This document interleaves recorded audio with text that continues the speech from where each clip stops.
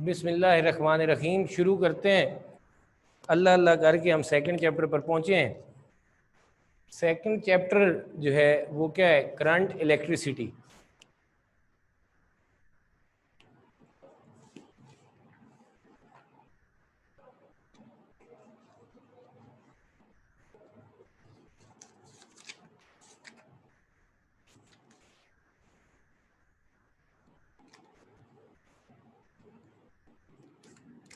Chapter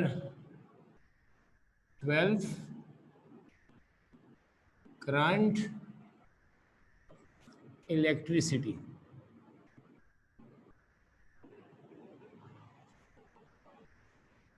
current electricity में हमने सबसे पहले क्या पढ़ना है? बाकी कहानी शानी है, इसमें हमने चार्जेस को स्टडी करना है। चार्जेस लेकिन कौन से? Which are in motion.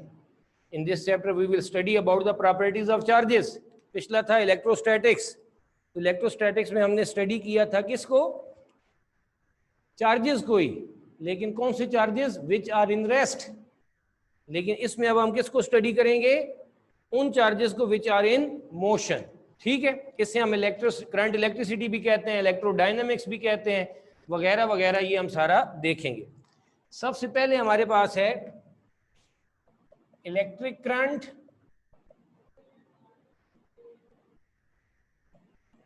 या स्टेडी करंट।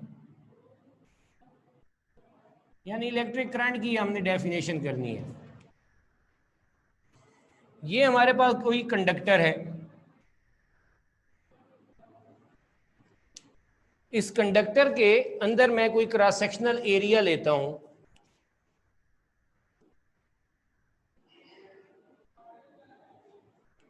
यार ये बारी बारी आना शुरू कर देते हैं। इसके अंदर ये क्रॉस सेक्शनल एरिया लिया, 1 सेकंड में यहां पर ये पॉजिटिव चार्ज है,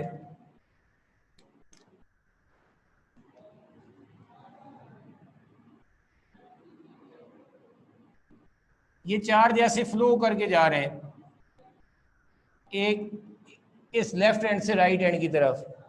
तो 1 सेकंड में यूनिट टाइम में जितना अमाउंट ऑफ चार्ज इस क्रॉस सेक्शनल एरिया में से पास करेगा वो इसका क्या कहलाएगा? इलेक्ट्रिक करंट कहलाएगा। तो इलेक्ट्रिक करंट क्या है? 1 सेकंड में किसी भी कंडक्टर के किसी एक क्रॉस सेक्शनल एरिया में से जितना अमाउंट ऑफ चार्ज फ्लो करता है, उस flow amount of charge flowing in unit time in that conductor, उसे हम क्या कहते हैं? इलेक्ट्रिक करंट कहते हैं। ठीक हो गया? तो मैं इसकी डेफिनेशन लिखता हूं। क्या है electric current? It is the amount of charge flowing through the conductor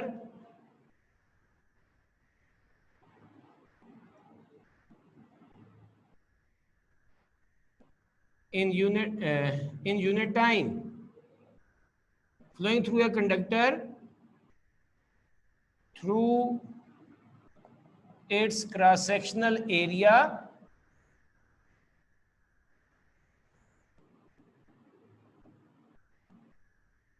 in unit time। अच्छा, एक और बात है कि यहां पर ये तो नहीं है कि 1 सेकंड में ये चार्ज गुजरे फिर रुक गए तो करंट हो गया। करंट के लिए शर्त है कि चार्ज कंटिन्यूअसली उसमें फ्लो कर रहा हो, तो फिर हम क्या कहेंगे? उसमें करंट है।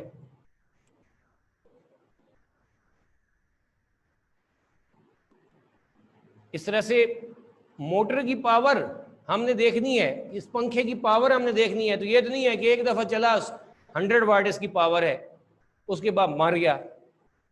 बल्कि क्या होता है, हमारे पास जो हमारे पास पावर है उस वक्त भी हम डिफाइन करते हैं रेट ऑफ डूइंग वर्क, यानी बार बार 1 सेकंड में वो जितना वर्क करेगा उसको हम पावर कहेंगे। तो यहां पर भी चार्जेस का कंटिन्यूअस एक फ्लो होता है। तो ऐसी टर्म्स जिसमें कंटिन्यूटी हो, उसके लिए हम फिर इस तरह से कहने की बजाय ज्यादा बेहतर ऐसे कहें कि rate of flow of charges through any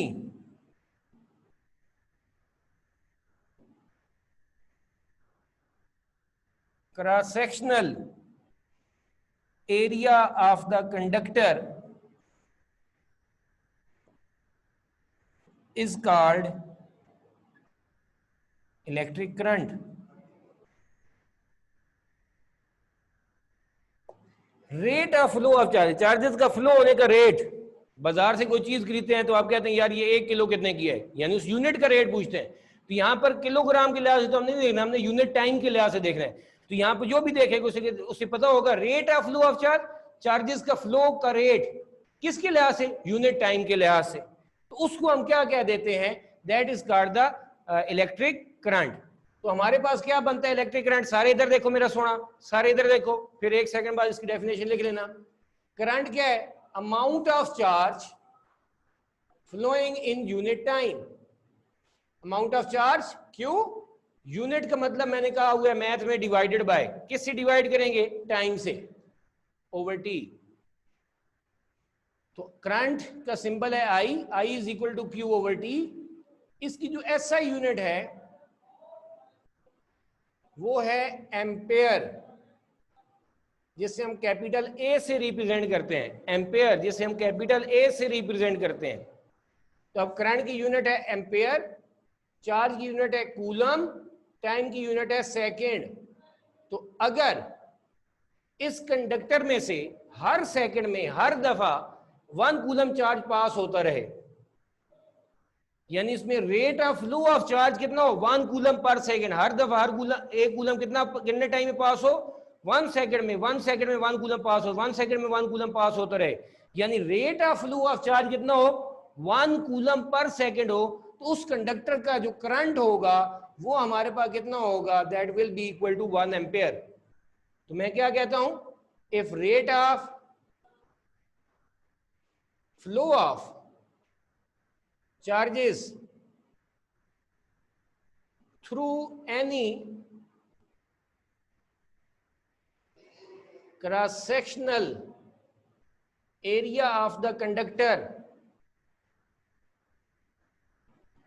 is 1 coulomb per second, then electric current will be in it will be 1 ampere. ये हमने एम्पेयर की डेफिनेशन कर ली। आखिरी बात इसकी, डायमेंशन ऑफ करंट।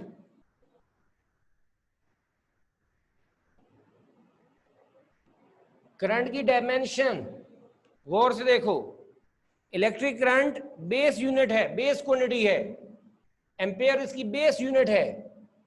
तो जो बेस क्वांटिटीज हैं, शुरू वाली मैथ लेंथ और टाइम के अलावा बाकियों की जो यूनिट होती है वो ही उनकी डायमेंशन होती है। तो इलेक्ट्रिक करंट की डायमेंशन हमारे पास क्या है, एम्पेयर है, यानी कैपिटल ए है। हाँ भाई, तो बात समझ आ गई, राबिया समझ आई है बात? Yes sir. वासिक आप बताएं। यस सर, समझ आ गई। ठीक है, उसामा आपको समझ आ गई? जी सर, समझ आ गई। ज़ुएब आया है, ज़ुएब? जी सर। हाँ भाई, क्लियर है मेरा सोना? जी सर। अच्छा, अब मैं आपसे सवाल करता हूं। किसी एक स्टूडेंट मेरे सामने इस वक्त सबसे ऊपर नाम है खदीजा का, बड़े दिन हो गए खदीजा आपसे सवाल किए हुए भी। आप बताएं, सारे गौर से सुने,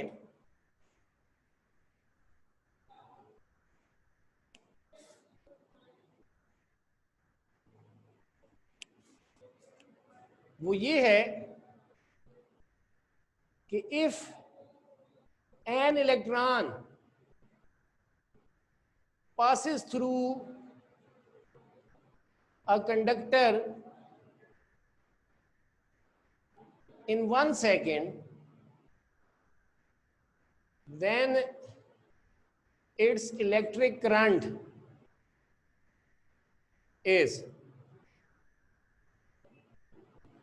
मसलन पहला ऑप्शन इसका मैं लिख देता हूं, A option 1 ampere, B option 1.6 into 10 is power minus 19 ampere. C option. 6.25 into 10 is power 18 ampere. D, none of these. Khadija, क्या आंसर होगा? बी। बी। अच्छा, कोई आप में से ए वाला भी है? ए ऑप्शन किस किसने कौन कौन सजेस्ट कर रहा है? ए सुभान आप हैं? सुभान और वासिक, मोइस, और कौन था? अकीब, सारे दोस्त इकट्ठे हुए हो। अहमद रहमान, कौन सा है सवाल जवाब इसका?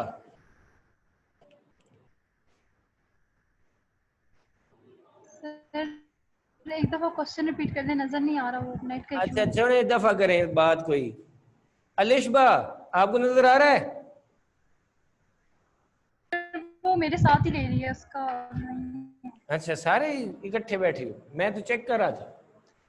तो इस तरीके से आप दोनों तो लड़ रही होंगे, एक सारे इधर मारती होगी, किधर मारती होगी, मुझे नजर नहीं आ रहा, मुझे नजर नहीं आ रहा। आपस में कौन सा सिनेमा लगा होना है, टीवी लगा होना है, मोबाइल पे देख रहे हैं दोनों? लैपटॉप पे। लैपटॉप, हाँ, फिर टकरे मारेंगी और जुए ट्रांसफर करेंगी एक दूसरे को। चले, मजाक था। सवाल ये है कि एक इलेक्ट्रॉन एक कंडक्टर में से पास हो रहा है 1 सेकंड में, तो करंट की वैल्यू कितनी होगी? आसान सी बात है, 1 एम्पेयर होगी। 1.6 इंटू 10 पावर माइनस 19 एम्पेयर है। 6.25 इंटू 10 पावर 18 एम्पेयर है, या नन ऑफ दीज है? आपको जब नजर नहीं आ रहा तो फिर तो मुश्किल है ना। अपनी जरा पोजीशन चेंज करें, नेट जरा देखें, दरवाजा बंद है तो उसको जरा खोल के देखें ताकि सिग्नल कुछ बेहतर आए। तो खदीजा आप बिल्कुल सही है, शाबाश, वेल डन। करंट जो है वो कितना होगा? 1.6 into 10 power minus 19 ampere. Current क्या होता है? Q over T। तो इलेक्ट्रॉन पे चार्ज कितना होता है? 1.6 इंटू 10 पावर माइनस 19। टाइम कितना है? 1 सेकेंड। तो ये कितना होगा? 1.6 इंटू 10 पावर माइनस 19, और करंट की यूनिट क्या है? एम्पेयर। एक और बात मैं पूछता हूं,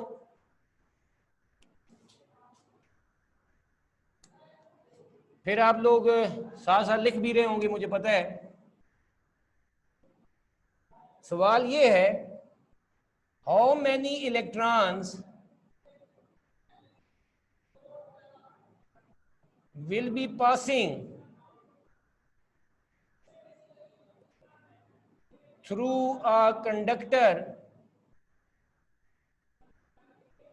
if its electric current is 1 ampere.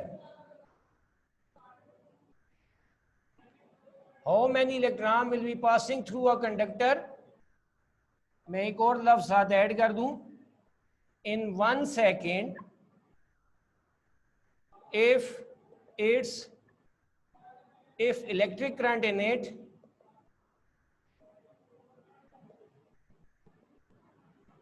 is 1 ampere. के कंडक्टर में से करंट पास हो रहा है,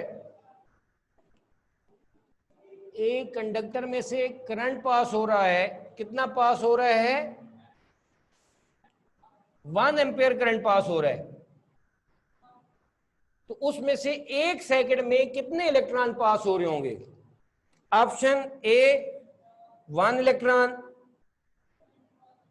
B 1.6 into 10 power minus 19 electrons, C 6.25 into 10 power 18 electrons, D none of these.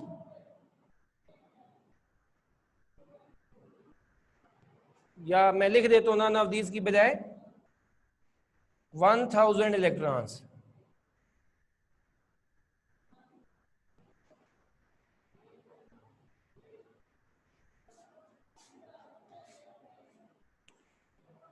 हाँ जी,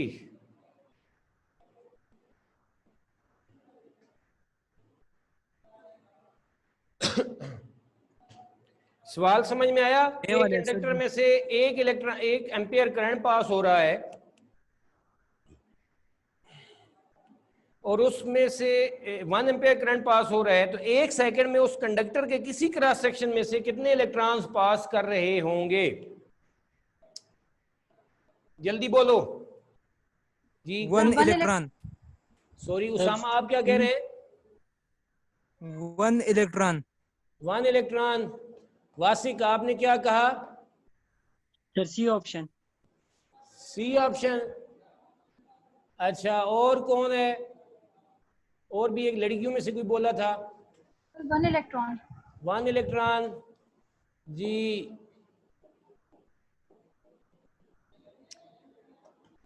मरियम, क्या आंसर होगा? Sir 1 electron. अहमद खान,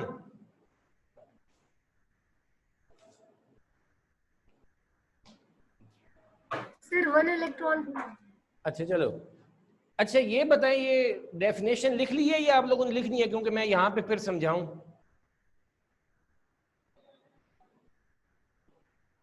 कोई ऐसा स्टूडेंट जिसने ये डेफिनेशन ना लिखी हो? नहीं तो मैं ये मिटा दूं।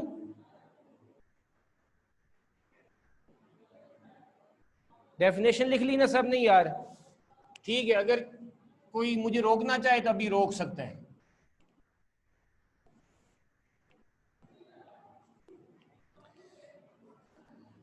सर इसका आंसर बी होगा। बी होगा? कौन बोला? सर मैं। टाइम। ठीक। ओए मैं ना कहा करो, मैं बकरी होती है, नाम बोला करें। मुंह इधर होता है ना, पता नहीं चलता किधर से कौन बोल रहा है बाज़ औक़ात ना। कान मेरे वैसे खराब हैं सारे। देखें जी, वासिक रहमतुल्लाह अलैह, अलहाज वासिक, इसका आंसर ठीक है। 6.25 इंटू 10⁻18। शाबाश, गुड। अब जरा देखो इसका आंसर है कैसे ना। देखो इधर मेरा सोना, आपने अभी पढ़ा I is equal to Q over T. Current है 1 एम्पियर। करंट कब 1 एम्पियर होता है? जब हमारे पास कितना चार्ज पास हो रहा हो? 1 कूलम 1 सेकेंड में। 1 कूलम 1 सेकेंड में। तो अब 1 कूलम चार्ज कितने इलेक्ट्रॉन बनाएंगे? कितने इलेक्ट्रॉन मिलके 1 कूलम चार्ज बनाते हैं? उतने ही हमारे पास इलेक्ट्रॉन उस वक्त पास करेंगे, क्योंकि 1 कूलम चार्ज ने पास करना है। एक इलेक्ट्रॉन पास करे तो वो हमने पढ़ा कि कितना करंट होता है, ये पढ़ा भी 1.6 इंटू 10⁻−19 एम्पेयर होता है। लेकिन हमारा करंट इतना कम नहीं है, हमारा करंट है 1 एम्पेयर है। 1 एम्पेयर कब होगा? जब कंडक्टर में से कितना चार्ज पास हो रहा होगा? 1 कूलम। कितने टाइम में? 1 सेकेंड में। और ये मेरी बात समझ आ रही है? ठीक है, अगर ये बात आपको समझ आ रही है तो अब आपने ये देखना है कि 1 कूलम चार्ज कितने इलेक्ट्रॉन मिलके बनाते हैं। तो आप लोगों ने मैट्रिक की हुई है, तो मैट्रिक में आपने ये पढ़ा था Q is equal to N E. किसी भी जो भी हमारे पास मटेरियल है जिस पर कुछ इलेक्ट्रॉन ट्रांसफर हुए तो उस पर कितने चार्ज आएगा, प्रोटॉन ट्रांसफर हुए तो कितना चार्ज आएगा, दोनों के लिए एक ही फार्मूला है। चार्ज हमने लेना है 1 coulomb, N number of electron है जो मालूम करने हैं, ई है चार्ज ऑन 1 इलेक्ट्रॉन, वो है 1.6 इंटू 10⁻−19 कूलम। कूलम से कूलम कैंसल, तो एन नंबर ऑफ इलेक्ट्रॉन ये इधर आके डिवाइड हो जाए। 1 को इससे डिवाइड करें तो ये बनता है 6.25 इंटू 10⁻18 इलेक्ट्रॉन्स। तो अगर इतने इलेक्ट्रॉन इकट्ठे हों तो हमारे पास जो चार्ज बनेगा, जो मिलके इतने इलेक्ट्रॉन मिलके चार्ज बनाते हैं, वो 1 कूलम चार्ज है। और जब 1 कूलम चार्ज 1 सेकेंड में किसी कंडक्टर में से पास हो तो फिर करंट कितना होगा? 1 एम्पियर होगा। इसका मतलब है कितने इलेक्ट्रॉन मिलके हमारे पास उस वक्त पास हो रहे होंगे जिससे 1 एम्पियर करंट हमारे पास आएगा? That is equal to 6.25 into 10⁻18 electrons. हाँ भाई, जिससे समझ नहीं आई वो मेरे से पूछ ले, बाकी लिख लें। बाकी ये बातें लिख लें, जिसको नहीं समझ आई वो मेरे से पूछे।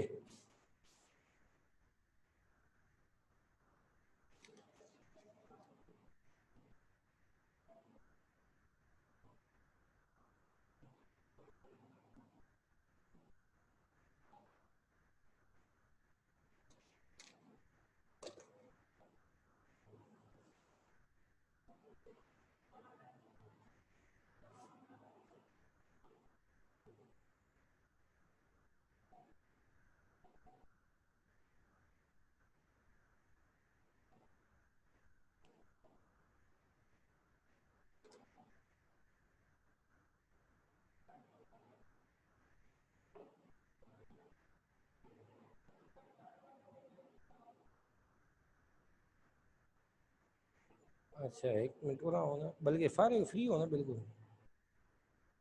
फ्री हो ना, तो बंदा तो नहीं बैठा होगा। अच्छा वो कल के नाम है अपने, 1 मिनट 1 मिनट यार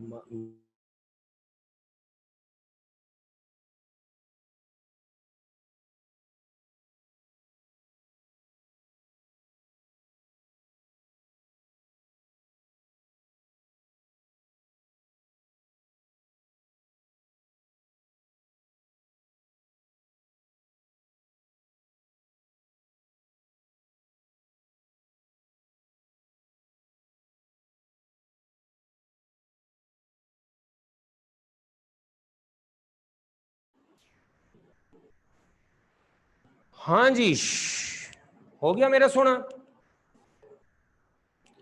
आ जाएं नेक्स्ट।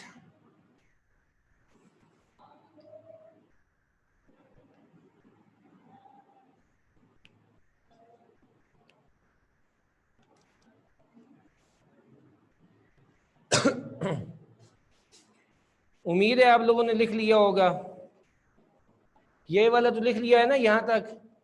कोई ऐसा स्टूडेंट जो ये नोट कर रहा हो एमसीक्यू? चलें, अगर कोई ये वाला कर रहा है तो मुझे प्लीज रेज योर हैंड्स। चलो जी, नेक्स्ट है हमारे पास चार्ज कैरियर्स। आसान सी बात है,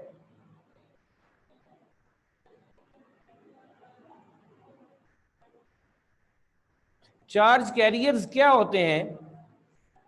these are those charges due to विच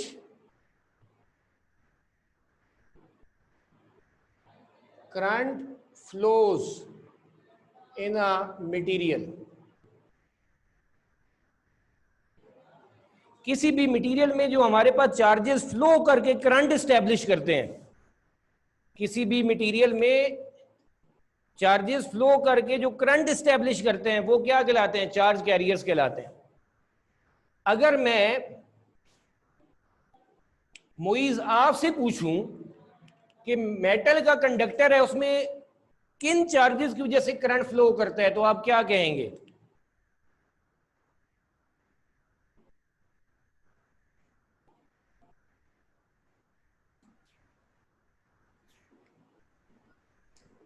ऊंचा बोलें। नहीं आई, आपकी आवाज नहीं आई मेरा सोना। साइम आप बता दें। मेटल के अंदर, मेटल्स के अंदर जो मेटालिक कंडक्टर्स होते हैं, इनके अंदर जो करंट फ्लो करता है वो किन चार्जेस की वजह से होता है? फ्री इलेक्ट्रॉन, इलेक्ट्रॉन्स की वजह से होता है। शाबाश। तो अब जरा ये बताओ कि मेटल का जो कंडक्टर है उसके अंदर इलेक्ट्रॉन्स हैं, ये मैंने डॉट्स जो लगा रहा हूं, लेकिन इसके अंदर पॉजिटिव चार्जेस भी तो है ना। वो जो न्यूक्लियस है, ये जिनसे इलेक्ट्रॉन रिलीज हुए हैं, तो बाकी जो पीछे हैं वो पॉजिटिव आयंस हैं, लेकिन वो पॉजिटिव आयंस अपनी जगह पर फिक्स रहते हैं, वो फ्लो नहीं करते, इसलिए वो करंट स्टैब्लिश नहीं करते। तो चार्ज होना जरूरी नहीं है करंट के लिए, चार्ज का फ्लो होना जरूरी है to establish the electric current. तो उन चार्जेस को जो करंट एस्टैब्लिश करते हैं उनको हम क्या कहते हैं? चार्ज कैरियर्स कहते हैं। तो जो मेटल्स हैं, मेटल्स, इनके चार्ज कैरियर्स क्या होते हैं? Free electrons. जो इलेक्ट्रोलाइट्स हैं, इलेक्ट्रोलाइट्स वो जो कंप्यूटर वाले भी वो मैट्रिक में सेल शेल पढ़ कर आते हैं, तो उनके अंदर पॉजिटिव और नेगेटिव आयंस होते हैं। ये जो केमिस्ट्री वाले हैं, इलेक्ट्रोलाइसिस पढ़ा होगा, उसमें पॉजिटिव और नेगेटिव आयंस फ्लो करके करंट एस्टैब्लिश करते हैं। तो इलेक्ट्रोलाइट्स के अंदर पॉजिटिव एंड नेगेटिव आयंस, ये चार्ज कैरियर्स होते हैं। फिर एक होते हैं गैसेस। गैसेस को अगर हम आयोनाइज कर दें, उनमें से इलेक्ट्रॉन अलग कर लें, तो एक इलेक्ट्रॉन्स होंगे, वो भी मूव कर सकते हैं। जो पॉजिटिव आयंस होते हैं वो भी मूव कर सकते हैं। गैसेस जो ही मोशन में होंगे वो चार्जेस, और वो दोनों करंट एस्टैब्लिश कर सकते हैं। तो गैसेस के चार्ज कैरियर्स कौन से हैं? Free electrons and positive ions. फिर नंबर 4, आप ये आगे बहुत डिटेल में पढ़ेंगे, चैप्टर में भी थोड़ा बहुत पढ़ेंगे, सेमीकंडक्टर्स, ये जिनसे आजकल ये मोबाइल्स की जितने भी इलेक्ट्रॉनिक सर्किट्स हैं उनकी चिप्स बनती हैं, आईसीज बनते हैं, तो वो हमारे पास उनके चार्ज कैरियर, इन पर आप बहुत डिटेल में पढ़ेंगे, अभी मैं सिर्फ लिख रहा हूं। फ्री इलेक्ट्रॉन्स होते हैं एक तो उनमें, और दूसरा होल्स। होल्स क्या होते हैं? These are like the positive charges but not the positive particle नहीं होते, बट इनका बिहेवियर पॉजिटिव चार्ज जैसा होता है। ये होल होते क्या हैं ये आप आगे पढ़ेंगे। तो ये हमारे पास हो गए चार्ज कैरियर्स।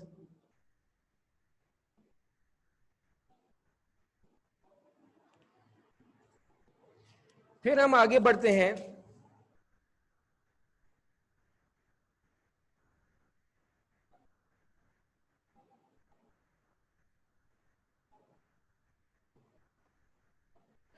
फिर हमने अभी 2 डेफिनेशंस करनी है।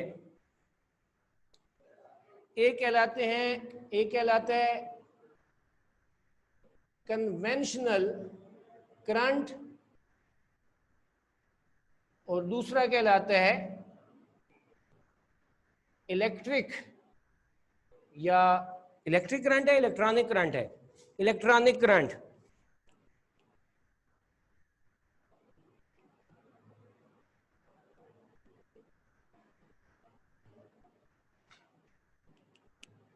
जो न्यूक्लियस है,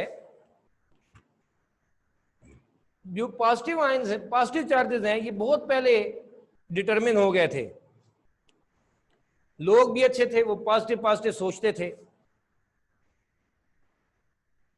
जबकि इलेक्ट्रॉन उसके मुकाबले में बहुत बाद में डिस्कवर हुआ।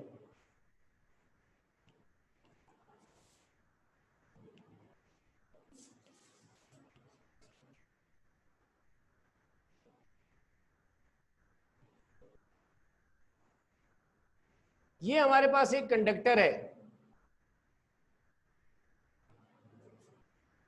इसको ये मैंने बैटरी के साथ कनेक्ट कर दिया, पॉजिटिव नेगेटिव बैटरी। अब मैं फर्ज कर रहा हूं इसके अंदर ये पॉजिटिव चार्जेस हैं, इधर पॉजिटिव इधर negative.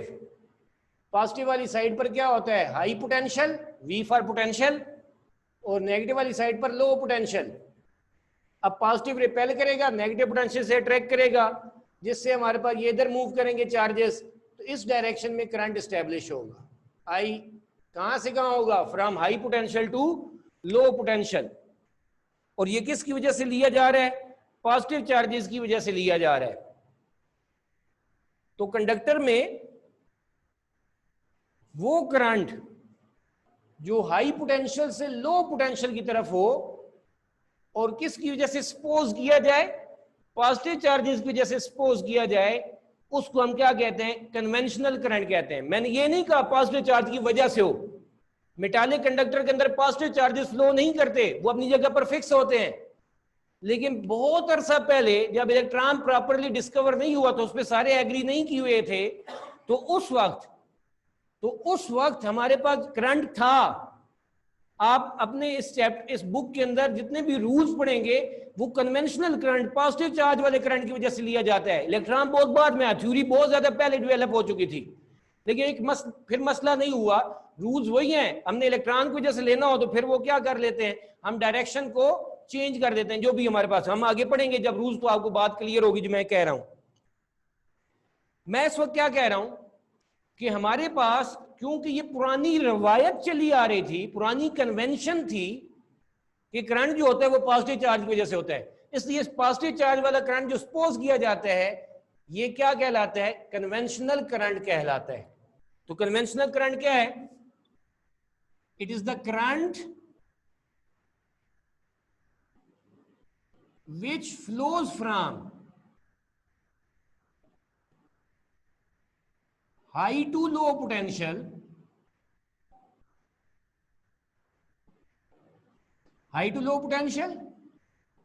it is supposed to be because of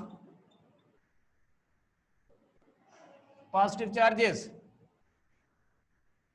ये किसकी वजह से लिया जाता है? पॉजिटिव चार्जेस की वजह से लिया जाता है। इलेक्ट्रॉनिक करंट क्या होगा? ये सारा डायग्राम बनानी है इनके। ये कंडक्टर, ये पॉजिटिव, ये नेगेटिव, इधर कौन सा पोटेंशियल होगा? नेगेटिव, सॉरी पॉजिटिव, बैटरी का पॉजिटिव टर्मिनल अटैच है, इधर नेगेटिव है। अब इलेक्ट्रॉन है दरमियान में, इलेक्ट्रॉन पर कौन सा चार्ज होता है? नेगेटिव। नेगेटिव रिपेल करेगा, पॉजिटिव अट्रैक्ट करेगा, जिससे हमारे पास जो करंट स्टैब्लिश होगा वो नेगेटिव यानी लो पोटेंशियल से हाई पोटेंशियल की तरफ होगा। तो वो करंट जो किसकी वजह से लिया जाए? इलेक्ट्रॉन की वजह से हो। इलेक्ट्रॉन वाला करंट तो मेटालिक कंडक्टर में होता है ना, electrons are the charge carriers. तो वो कहां से कहां हो? From low potential to high potential due to free electrons. Suppose नहीं है, ड्यू टू फ्री इलेक्ट्रॉन्स, उसे हम क्या कहते हैं? इलेक्ट्रॉनिक करंट कहते हैं। तो हम इसको डिफाइन कैसे करते हैं? It is the current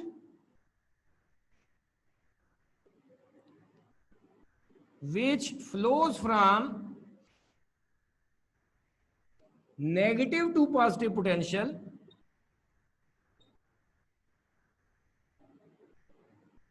due to free electrons।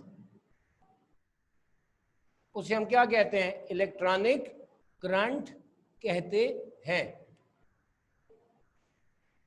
ठीक हो गया। अब मैं एक छोटी सी बात बताऊं, उस दौरान क्लास भी खत्म हो जाएगी।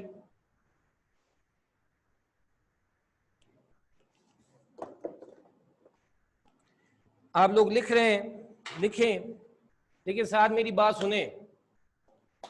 आपस में फिर वो पिक्चर शेयर कर लेना यार।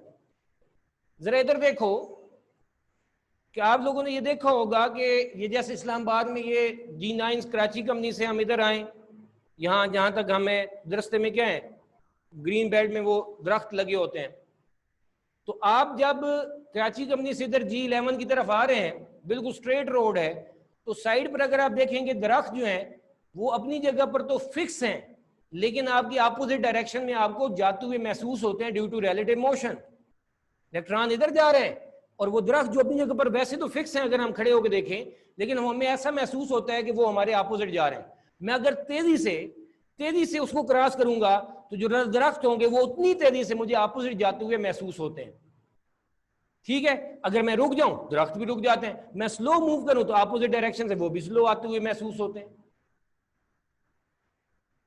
तो अब वहां पे मैं अगर ये कहूं कि मैं जा रहा हूं ईस्ट में with the velocity of 10 metre per second, तो यकीन माने आपसे अगर मैं अपने आप से ये पूछूं कि ये दरख्त मुझे अपनी तरफ आते हुए कितनी स्पीड से महसूस होंगे, वो भी 10 मीटर पर सेकेंड ही होगी, क्योंकि जब हम रुकते हैं तो वो भी रुक जाते हैं, रिलेटिव वेलोसिटी जीरो हो जाती है उस वक्त।